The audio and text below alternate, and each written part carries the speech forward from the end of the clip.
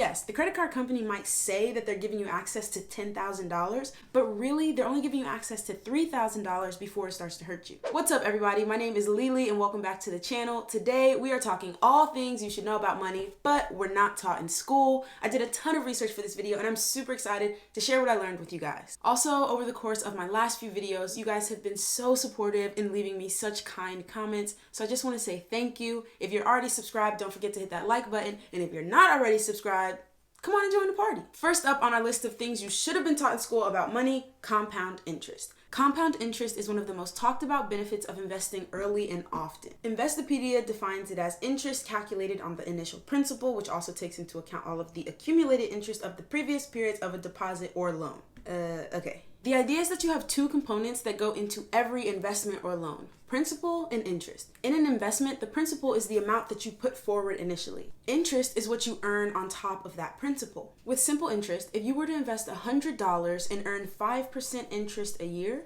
at the end of that year, you'd have $105. Hooray for math. At the end of the second year, that initial $100 would make you another $5 and you'd have $110. We're 2 for 2. But things work differently with compound interest. You'd start with $100, and that first year you'd still earn $105. But the second year, in addition to making another $5, you'd also earn 5% on the $5 you earned in the first year, meaning an extra 25 cents. $110 versus $110.25 might not seem like a big difference, but it does add up over time. With simple interest, in 10 years, that $100 at 5% would be $150.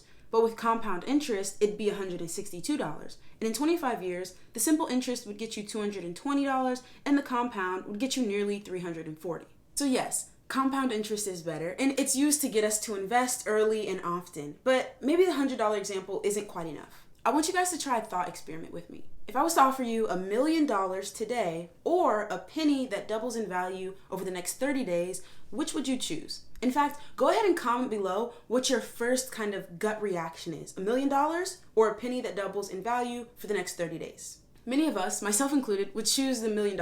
It just sounds like a huge lump sum that we can have today, especially compared to something as low in value as a penny. But if you took a penny and doubled it every day, by day 30, you would have $5,368,709.12.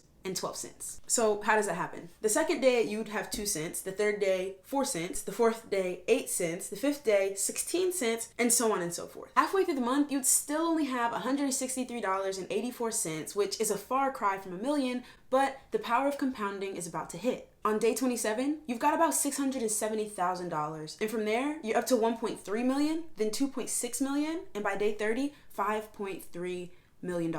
Compounding interest is the reason why investing your money rather than holding it in a lump sum under your mattress or in a low interest savings account is the only way to really grow your money in any significant manner at all. So what type of investments provide compound interest? This article from the Horizon Trust lays out 7 options, and I'll link it below, but first on their list are CDs, or certificate of deposit. CDs are offered by banks and generally have a higher interest rate than savings accounts in trade-off for you not being able to spend that money while it's in the CD. You invest your principal in a CD for a predetermined amount of time where you cannot get it back. And this federally insured deposit pays you back your principal as well as a predetermined amount of interest once that time is up. Usually, the longer you opt to deposit your principal for, the higher interest rate you're going to have. The 2 downsides to CDs are that you can't get your money out until that time period is up, and second, that interest rates are at historic lows right now. We'll talk more about how interest rates work later in this video, but for now, notice how the highest interest rate offered for June of this year is only 1.35% and is on a 5-year CD. Also on Horizon's trust list is, you guessed it, rental properties, as well as bonds, stocks, and real estate investment trusts. And again, I'll be sure to link that article below so you can decide what the best investment vehicle is for you. The next thing on our list that we should have been taught in school is how credit works. When I was in high school, I honestly knew next to nothing about credit. I just thought it was something that people used to spend money they didn't have, and that I was better off just never getting a credit card in the first place. But luckily for me, my parents knew different. As soon as she was able, my mom opened up a credit card in my name and put one bill on it: Netflix.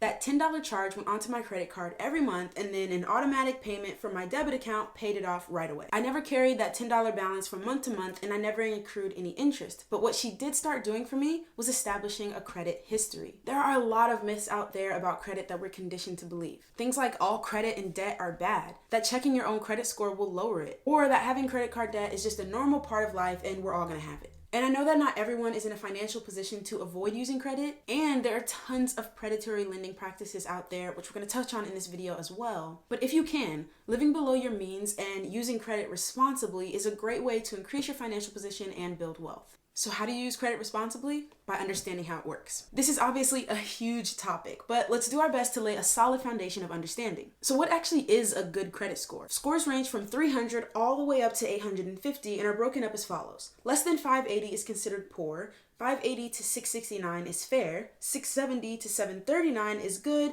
740 to 799 is very good, and over 800 is considered exceptional. But what does a credit score, low or high, really have to do with your day-to-day life? To rent a reasonably comfortable and well-maintained apartment, you'll usually need between a 600 and 620 score, but obviously that'll go up or down with the level of luxury that you want. When looking to purchase a house, there are loan programs out there that will accept as low as a 620, but remember, the trade-off will be a much higher APR or interest rate. You can see here that for a $300,000 house and a 30-year loan, someone with excellent credit will pay just over $1,500 a month, and someone with poor credit will pay over $1,800 a month. The assumption by lenders is that if you have a low credit score, you're worse with money and therefore more of a risk to loan to. And although it may seem a bit backwards that someone who's worse with money will therefore have to pay more money, this is the way the banks work because they make the rules. And if they deem you a risk because of your low credit score, it's going to be much more expensive for you to get a loan from them. A similar setup applies to car insurance, where those with excellent credit scores will pay about $1,130 for their insurance, while those with poor credit will pay more than double that at about $2,411 on average. And for one of the main things we think about when talking about credit cards. Most credit cards from major companies are available to those with between 700 and 759 scores, but the ones that are packed with bonuses and rewards are usually reserved for those with above 760. And conversely, anyone with a score below 600 will usually only be able to get a card from one of those retail stores, and those have very unfavorable terms and high interest rates. So who determines your credit score and how do you get one? Your FICO score is the most common score that is used by banks and lenders to determine how much of a risk you are to loan money to. Although the Fair Isaac Corporation, which is where the name FICO comes from, doesn't tell us exactly their patented formula for determining your credit score, they do tell us the 5 major components that make up the score, as well as that you need at least 6 months of activity on a credit account reported to them in order to establish a credit score. The first and most important category is your payment history, which accounts for 35% of your score. This looks at whether you've paid your credit accounts consistently and on time. If you're having trouble keeping up with your payments, many companies at the time of this recording are offering forbearance or deferral programs to help people deal with the madness that is 2020. These programs may allow you to stop making payments for a certain amount of time, but just make sure that they're no longer reporting those missed payments to the credit bureaus, and therefore it won't hurt your score. The second category is the amount that you owe, and that makes up 30% of your score. Since this category looks at the amount that you owe versus the amount of credit you have available, remember that having a high balance is always bad for your score, even if you always pay your bills on time. Lenders want to see that you're using below 30% of the credit available to you. This means that if you have a credit limit of $10,000, the more of that you use, the more it hurts your score. So yes, the credit card company might say that they're giving you access to $10,000, but really they're only giving you access to $3,000 before it starts to hurt you. And remember, it's not enough to just make your monthly payment if your credit utilization is high. Not only are you paying interest every month on that high balance, but those small payments are not really making a dent in what you owe. Let's look at an example. If you owe $10,000 on a credit card with an interest rate of 21.99%, you'll have a monthly payment of $285 a month. Not only would you be operating at a credit utilization rate of 100%, but even without ever missing a payment, it would take you 4 years and 9 months to pay off that $10,000. And by that time, you'd have paid an additional $6,165 in interest.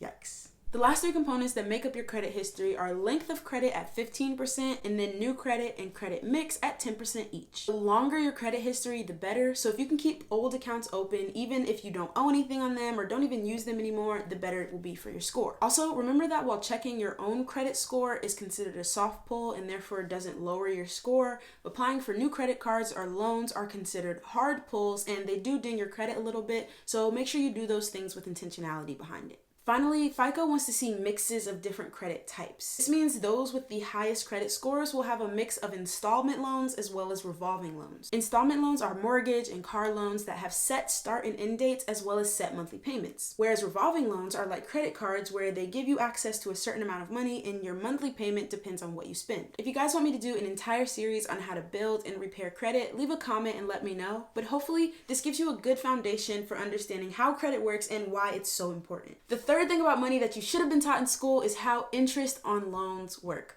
We talked about the wonderful world of compound interest and high interest rates when you're investing money, but when you're borrowing money, it's a whole different ballpark. And unfortunately, there are a lot of high interest rate loans out there that you should do your best to avoid. The average interest rate on a credit card is 19%. And given that the average savings account right now is getting about 0.2% interest, borrowing money can be a dangerous and daunting task. And credit cards aren't even the worst of it. Payday loans are small loans that you can get with just a bank account and a valid ID. There's no physical collateral needed, but most payday lenders charge upfront service fees and interest, and the loan is due 2 weeks later or what usually will be your next payday. But the interest rates on these loans are extremely high.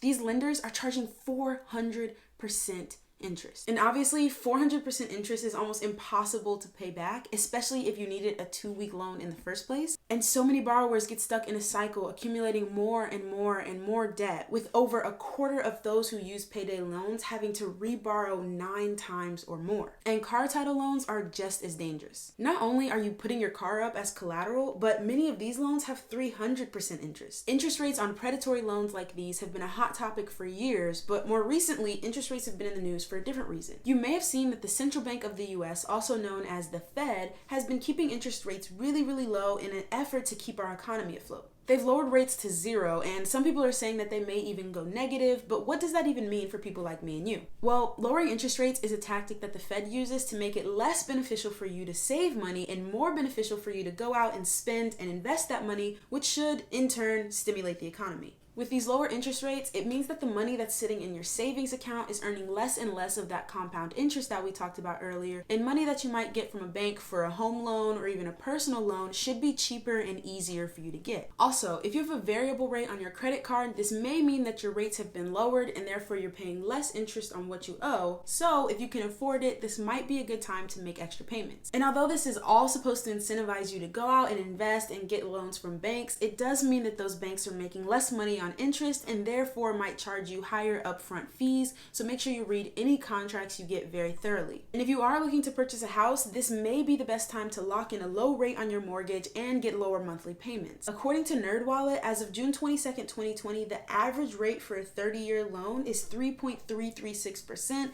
and the average rate on a 15-year loan is 2.84%. All of these decisions will be individualized based on your financial position and what your goals are. But not being taught these things in school is one of the main ways that people make poor financial decisions and get themselves into loads of trouble. I hope you guys learned something, and if you guys enjoyed this video, please leave me a like. And if you want me to make an entire series on things we should have learned about money in school, leave me a comment and let me know. I post videos every Tuesday, Friday, and Sunday. Until then, don't forget to subscribe, and thank you for watching. I did not get it.